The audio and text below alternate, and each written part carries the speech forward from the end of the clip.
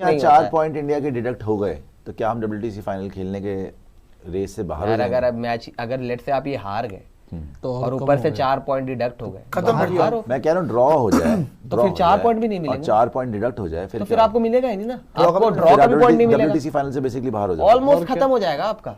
तो अगर slow over rate Sharma ji की वजह से अगर हो गई आज तो आपका WTC फाइनल का सपना टूट जाएगा। अगर लास्ट में आपने देखा नहीं था सुंदर को भी, क्यों सुंदर से बॉलिंग नहीं करवाना चाह रहे थे इनको लास्ट में, फिर ये जब विकेट नहीं मिली तो फिर आकाशदीप लेकर आए। अगर ये स्लो ओवर रेट का पंगा नहीं होता ना, आप देखना आकाशदीप पहले आता, आकाशदीप को ये लास्ट में लेकर आया, बीच में सुंदर को भी लगवाया, क्यों? क्योंकि जल्दी से जल्दी ओवर निकल जाए। एक तो उन्होंने पार्टनरशिप लगाई दी थी 30 रन की, अब इन्होंने सोचा कि यार एक तो ये पार्टनरशिप लगा रहे हैं, ऊपर से ओवर रेट पे में भी पीछे हैं, तो जल्दी से जल्दी इसको कवर अप करो। ऑस्ट्रेलिया के आखिरी पेयर ने 110 गेंदें खेल ली, कायदे से 10 गेंद की औकात नहीं, उन्होंने हाफ सेंचुरी पार्टनरशिप भी कर डाली। आपको मेरे पीछे थोड़ी बहुत आवाज आ रही होगी क्योंकि मेरे अगल बगल भी कई लोग खड़े हैं और वो यही बड़बड़ा रहे हैं, आपस में यही डिस्कस कर रहे हैं कि ये हुआ कैसे बेन स्टोक्स, क्यों? अरे भाई ऑल आउट नहीं हुए हैं और आखिरी के 4-5 ओवर इंडिया को न खिलाकर ऑस्ट्रेलिया ने यह बात बिल्कुल साबित कर दी कि वो इस टेस्ट मैच में बिल्कुल रिस्क नहीं लेना चाहते, बिल्कुल रिस्क नहीं लेने का। वो या तो अपनी जीत देख रहे हैं या फिर ड्रॉ देख रहे हैं, क्योंकि ऑलरेडी लीड 3-3 की हो गई है, जो कि आखिरी दिन बनाने में किसी भी टीम के पकौड़े लग जाएंगे। क्रिकेट का बड़ा सिंपल नियम रहा है, कैच पकड़ो मैच जीतो।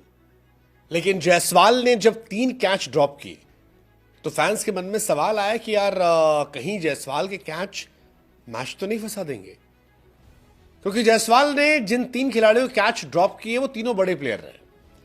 पहला कैच ड्रॉप किया उस्मान ख्वाजा का, जिन्होंने 21 रन बनाए।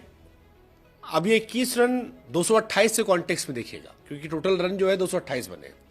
दूसरा कैच उन्होंने ड्रॉप किया लाबुशेन का, जिन्होंने 70 रन ठोके, और तीसरा कैच ड्रॉप किया पैट कमिंस का, जिन्होंने 41 रन ठोके। अब सवाल यही कि जायसवाल भाई गलती कहीं टीम इंडिया पर भारी तो नहीं पड़ेगी, क्योंकि ये 10 विकेट पूरे हो सकते थे, ये मैच जल्दी खत्म हो सकता था अगर जायसवाल ने कैच पकड़ लिए होते।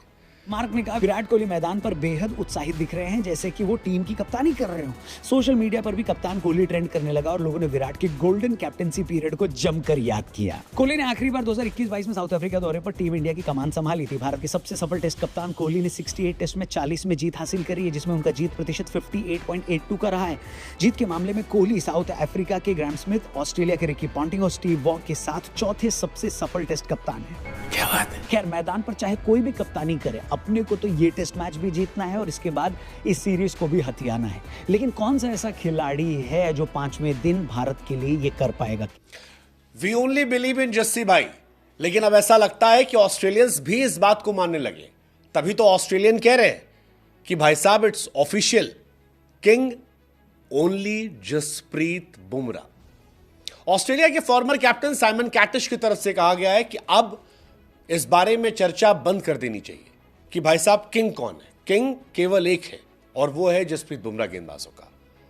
कोई कहता है कोहली महान है, कोई कहता है रोहित महान है, लेकिन बुमराह गेंदबाजों में ग्रेटेस्ट है, कोई तोड़ ही नहीं है। और अब तो लोग कह रहे हैं कि भाई साहब पिटीशन दीजिए, एक स्टैचू लग जाए बुमराह का वानखेड़े के बाहर, जिस तरह की गेंदबाजी वो करते हैं। आखिर हम इस टेस्ट मैच में इतना बढ़िया करने के बावजूद पिछड़ कैसे गए?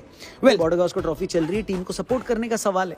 और वैसे भी नीतीश कुमार रेड्डी के साथ डीएसपी सिराज को देखने का मौका था और साथ ही ये भी देखना था कि हम कितनी लीड कम कर सकते हैं। ज्यादा नहीं कर पाए, सिर्फ 11 रन और बने और ऑस्ट्रेलिया को मिल गई 105 की लीड। मॉरल विक्ट्री ये रही कि ऑस्ट्रेलिया वालों को नीतीश कुमार रेड्डी की विकेट तो मिल गई, लेकिन डीएसपी सिराज को नॉट आउट ही वापस जाना पड़ा।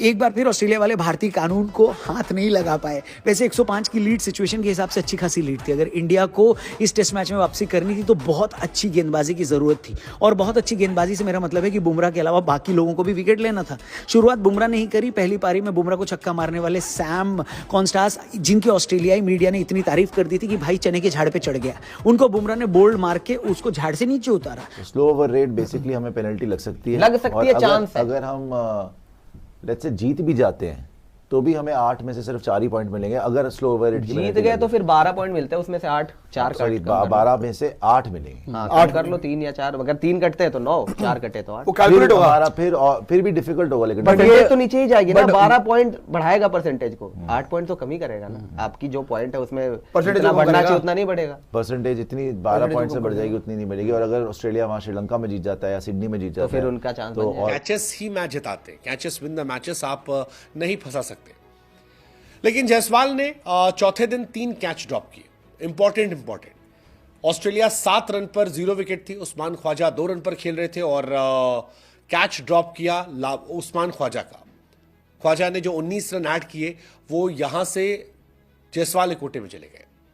इजी कैच था, जायसवाल को खड़ा किया गया था, बुमराह की बॉल थी और बुमराह गेंद पर आसानी से विकेट मिल सकता था। ऑस्ट्रेलिया के एक अखबार ने कॉन्स्टास को विराट कोहली का बाप घोषित कर दिया था। बुमराह ने दिखाया कि असल में बाप है कौन। लंच से ठीक पहले सिराज ने भी एक बेहतरीन गेंद पर उस्मान ख्वाजा को बोल्ड मार दिया और ऑस्ट्रेलिया का स्कोर हो गया 2 विकेट पर 53। दूसरा सेशन टीम इंडिया के लिए आज का बेस्ट सेशन रहा, बल्कि मैं तो कहूंगा गेंदबाजी के लिहाज से बीजीटी का हमारा बेस्ट सेशन, क्योंकि 3 दिन मैच में पीछे रहने के बाद फाइनली एक ऐसा सेशन आया जहां लगा कि हम टेस्ट मैच जीत भी सकते हैं।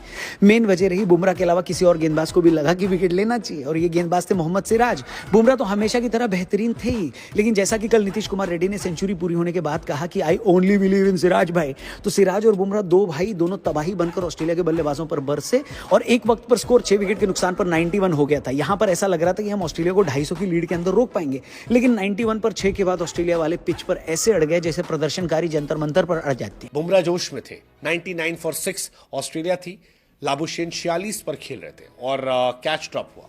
इसके बाद लाबुशेन ने 70 रन ठोक दिए। कमिंस का भी एक कैच ड्रॉप हुआ। 135 पर 6 ऑस्ट्रेलिया थी और कमिंस 21 पर बैटिंग कर रहे थे। फिर कैच ड्रॉप हुआ। 3 कैचेस ड्रॉप होना और इसका असर यह हुआ कि कमिंस, ख्वाजा इन सब ने 50-50 रन की पार्टनरशिप की और मैच पलट गया। और पहली पारी में 105 रनों की बढ़त हासिल करने के बाद ऑस्ट्रेलिया को लगा होगा कि अब तो बेटे हम मैच में आसानी से वापसी कर जाएंगे, मगर उन्हें क्या पता था कि ब्रेक की उस पार ऑस्ट्रेलिया का इंतजार टीम इंडिया का खूंखार लीडर कर रहा है, जिसे दुनिया बुलाती है किंग कोहली। मैच के चौथे दिन जब भारतीय टीम ऑस्ट्रेलिया की दूसरी पारी में फील्डिंग करने आई तो अलग ही नजारा देखने को मिला। रोहित शर्मा के रहते विराट फील्ड सेट करने लगे, गेंदबाजों को बार बार समझाते हुए नजर आए और रोहित के पास जाकर उन्हें भी जरूरी सलाह देते हुए दिखाई दिए।